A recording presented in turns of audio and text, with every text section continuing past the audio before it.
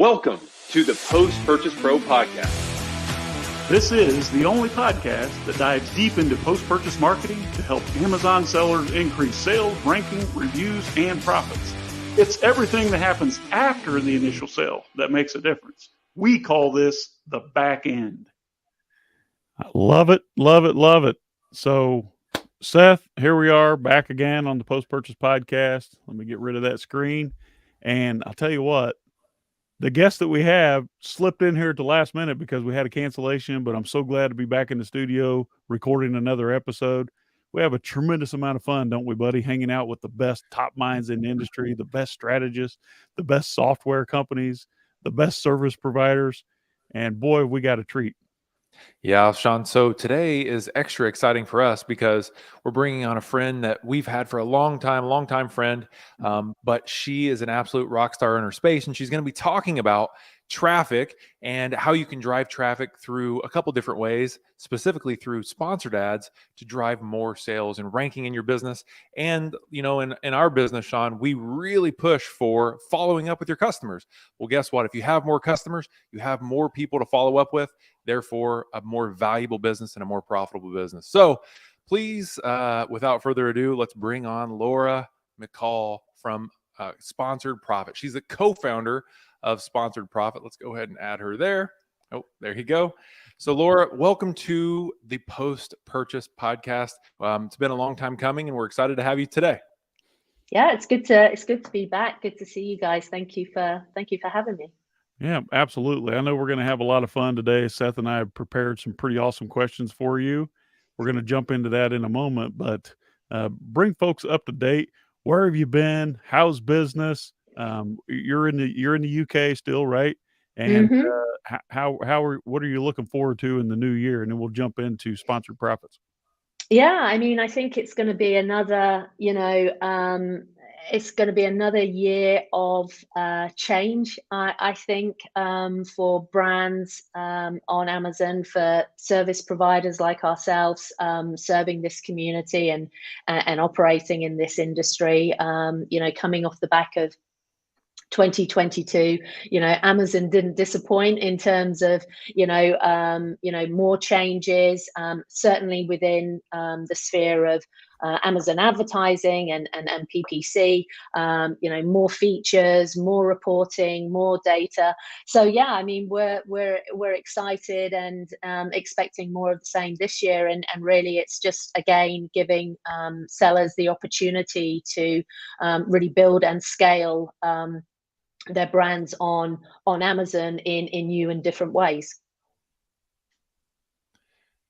All right, amazing. So Laura, let's dig in for everyone who doesn't know you as well as we do. Let's dig into your history a little bit here. How and why did you get into this crazy business? I know Amazon's changing the landscape all the time, and it's kind of difficult, but there's huge rewards if you can get it right. So tell us the backstory here, Laura.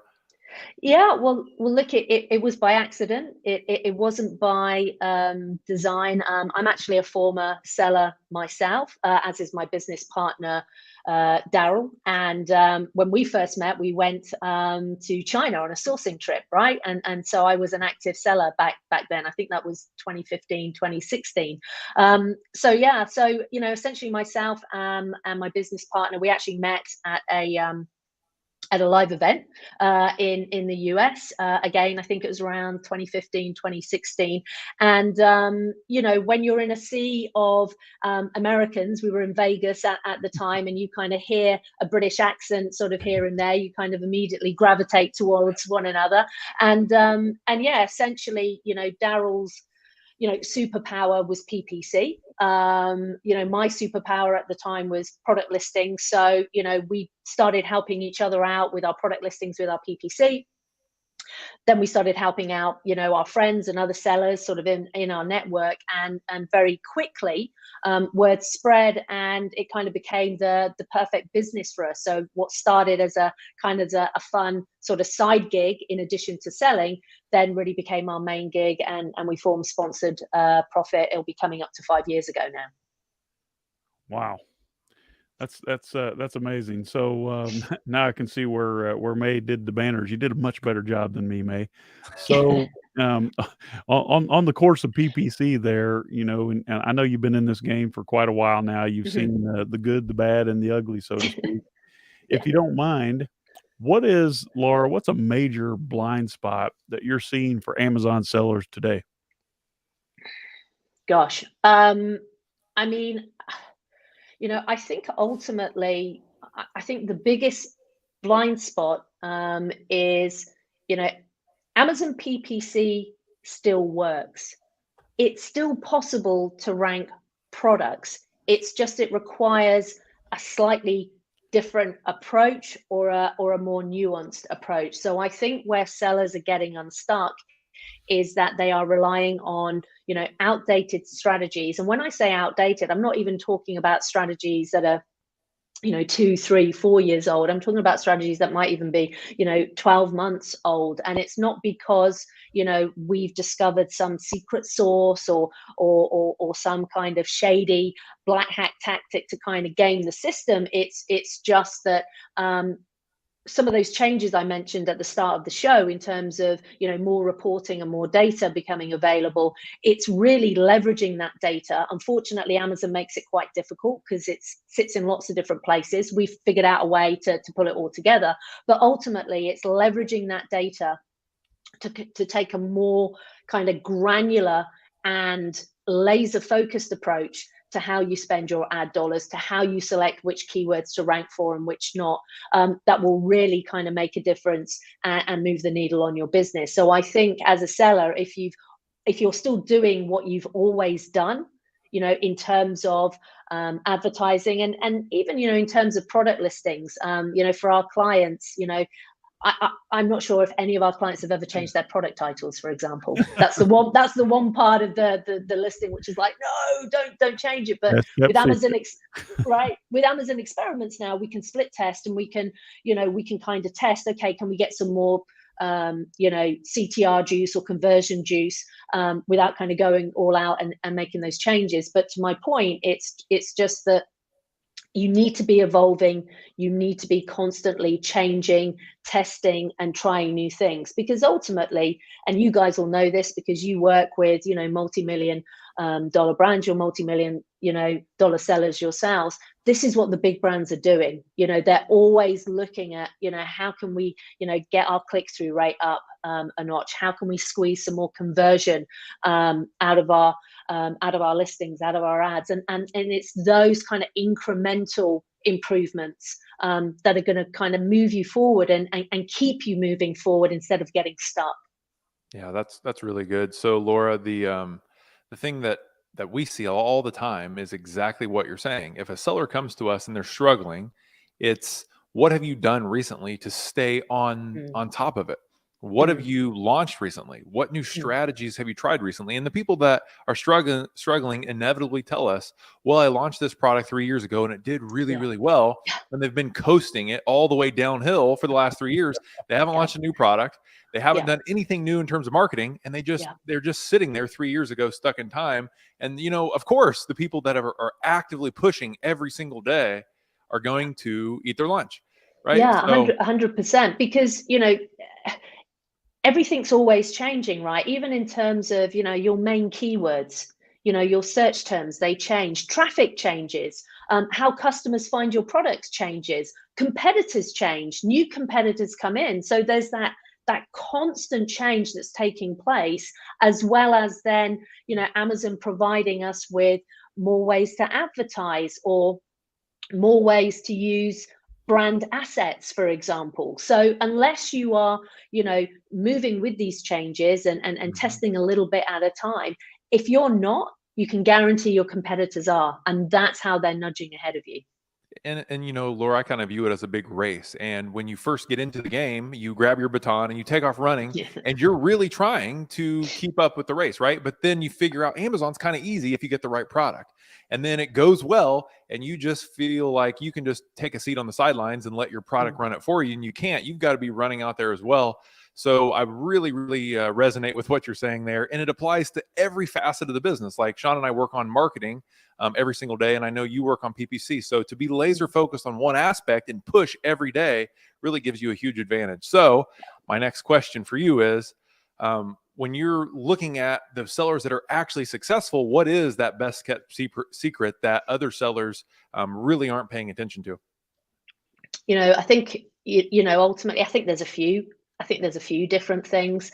But I mean, I think I would have to say, really utilizing Amazon experiments, split testing every, part of their component of their listings. Obviously not, all at the same time, but, when Amazon experiments first came out, it was, I think, your main image and I think potentially your title that you could change. Well, now you can split test your bullet points, your product description, and your EBC. So it's taking a methodical, systematic, ongoing approach to kind of tweaking all those different elements. So I think that's one thing. And make no mistake, the big brands, they do this day in, day out.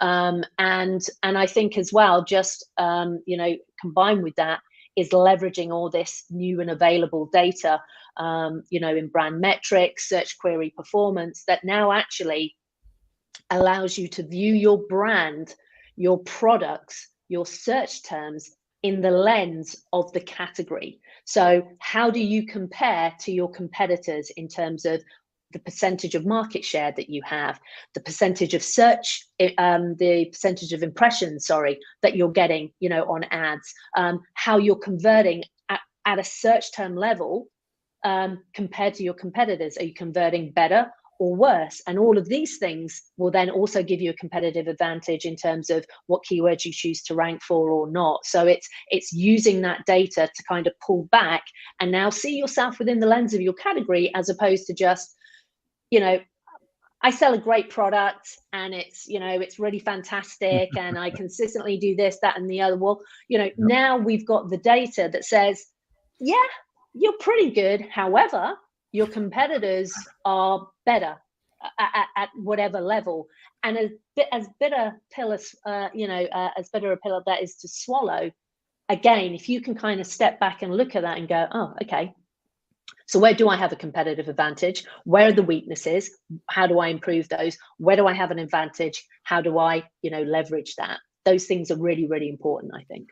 Great, Laura. Thank you. Some super solid advice for sellers out there. I know that you're in the trenches every day and you're often walking sellers through these pitfalls. And as long as, the way I understand it, I know that you're super effective at managing PPC, but I think as sellers, we need to be focused on having someone who knows how to steer the ship while we focus on our everyday business. So I'm going to ask you in a minute, we're going to dig into the main challenges that Amazon sellers are seeing today. But before you answer that question, let me play this. Hey there, it's Sean Hart. If you found the information on the Post-Purchase Podcast useful and impactful for your business, do us a favor and your colleagues a favor. Share this, like us, and let others know how to find us on your social channels. We'd sure appreciate you. Now let's get back to the show. Thank you. Yes, that's the best way for other sellers to find our podcast and to see this valuable information. So go out there and spread the word right now. So Laura, tell me, if you would, what are the main PPC challenges that Amazon sellers are facing today? I mean, I think it falls down to, three things. I think number one, obviously, ad costs have gone through the roof. I mean, what we're seeing in terms of averages for our clients, cost per clicks have increased by an average of around 60% year on year. So that's a massive challenge. I think second to that,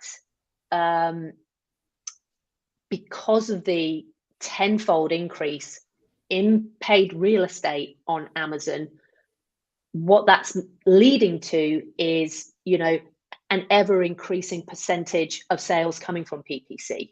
So, the average, again, we've tracked this data. The average was around sort of 31% as far as our clients were concerned a couple of years ago. That's now edging, up to around, 44, 45%. So again, in terms of profit margins, in terms of where your sales are coming from, brands are being squeezed because of these increasing costs and the impact, ultimately that it's making to their bottom line. So being able to remedy them, I think, is really important. And I think the third thing, and this is this is quite a startling statistic, is that 68% of clicks on page one come from the top 3 placements, which are paid, by the way, because we know typically, you've got the brand ad at the top from sponsored brands, but then you'll have those 4 sponsored product placements. So the reality is, if you're not advertising aggressively, or you're not ranked in those top 1 to 8 placements, you're seeing significantly less traffic. And that's a huge challenge. Again, there are ways to mitigate this and overcome this, but I think those 3 things, I think pretty much every brand owner can relate to. So Laura, the last one for me is huge, right? The last point that you made was that the traffic is consolidating to the top of the page, and at the top of the page, Amazon's stuffing it with ads because they get paid more, right? So they make more money by placing ads there because that's where all the clicks are. So then as a seller, you have to do other things to make that feasible, right? Amazon has so much traffic that the opportunity is still huge, but you still have to do you still have to do things to make it profitable for you. So I'll give you an example. Sean and I used to sell a weighted hula hoop, and on the back side of the weighted hula hoop, we would sell that same customer a membership, a fitness membership, where they would pay us $4.99 a month for a digital good, right? So that's $5 profit every single month, and it starts to stack up. So we can afford to pay for that spot, whereas other sellers couldn't. So I think today, to follow up with your customers and to offer more value and to offer upsells and cross-sells and things like that is even more important. And to be able to control your traffic, like what you're talking about through sponsored ads, to drive a targeted customer who's like a super user, right? Somebody who lives and breathes and eats those hula hoops and dies for the fitness membership. That's your perfect customer. And I think some of the things that you're doing would really help with that. So Laura, we talked about this a little bit before the call. You were telling us that in your company, you really have narrowed your focus down to the perfect Amazon seller that you can really, really help. So can you talk through that a little bit? Who is the perfect client for you? Who can you help the most, and who can you not? Okay. I mean, it's a good question. And actually, what I'm about to say, isn't really kind of earth shattering. But again, I think in light of, the challenges around advertising and, increased costs and operational costs. But I mean, ultimately, the sellers that we're best placed to help have the following things in common. So, they're generating, upwards of anywhere between $50,000 to $100,000 per month and above. They have a cohesive brand. They sell quality products, and they sell profitable products. Because all of these things, are pretty basic and rudimentary, but they are more important now, particularly that quality piece with the increased amount of competition on the platform, and particularly that profitability piece. Because again, when cost per clicks were pennies on the dollar, it didn't really matter so much. But now profitability is really, really important. So, those sellers who kind of, tick those boxes, as it were, but are also serious about, growing and scaling, through advertising, we can help those sellers kind of break through, the 100K a month, the 250K a month, and even the 500K a month barriers that they're coming up against. I love it.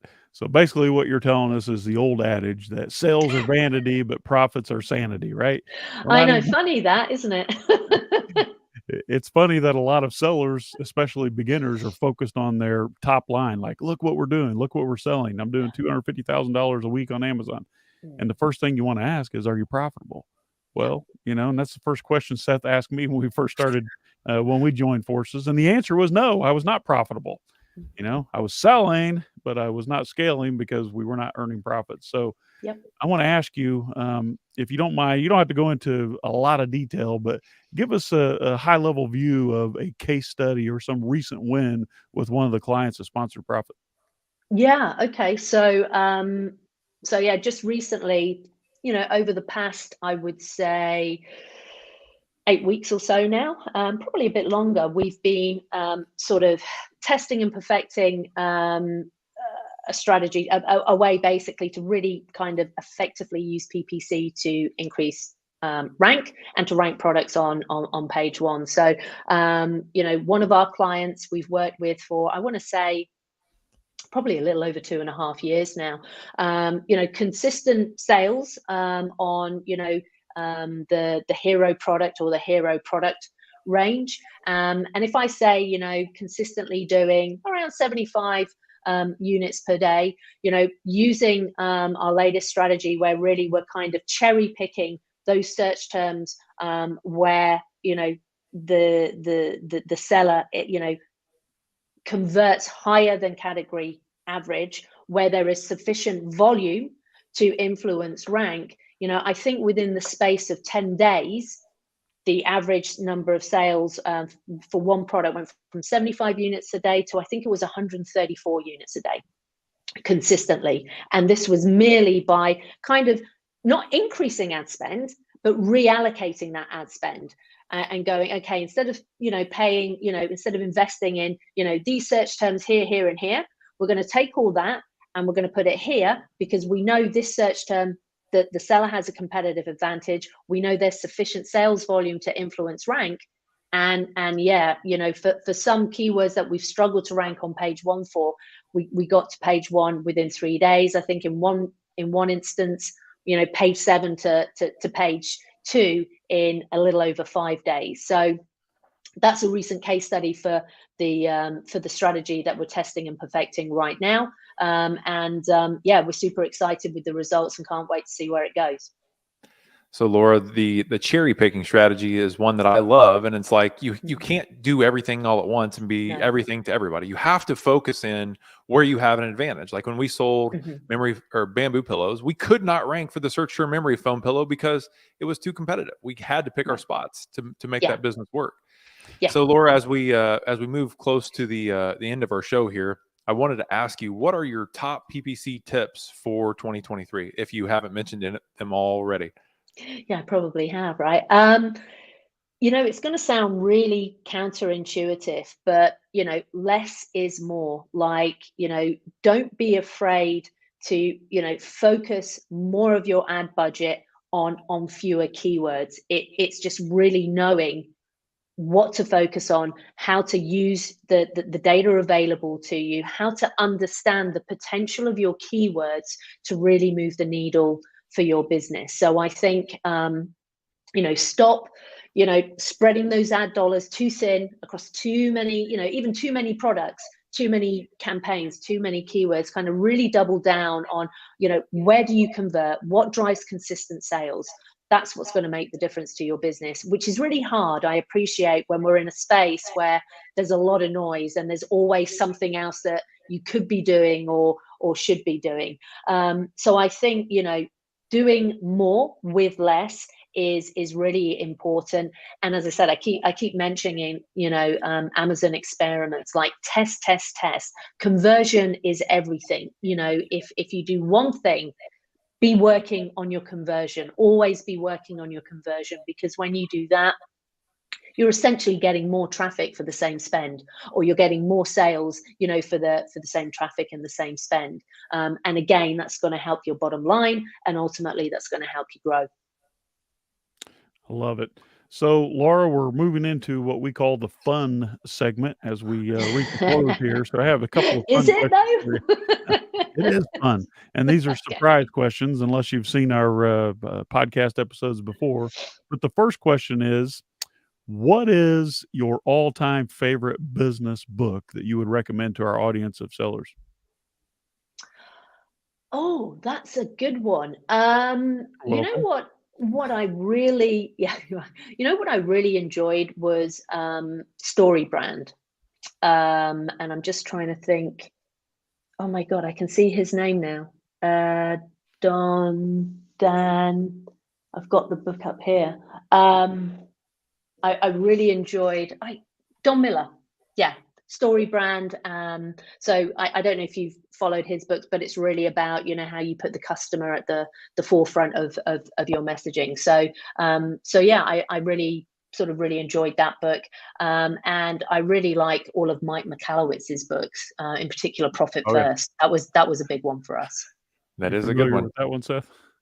Yes, we are very familiar. So Story Brand, I have not read it, but it definitely speaks to what Sean and I talk about all the time. It seems like for some reason, Amazon sellers don't put their customer hat on when they're designing their marketing.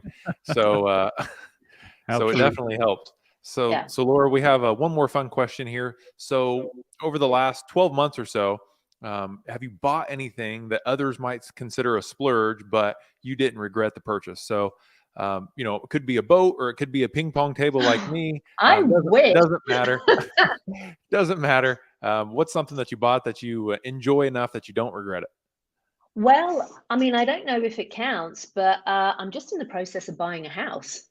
And that's pretty exciting. Yes. So are you upgrading or downgrading or moving across town or what?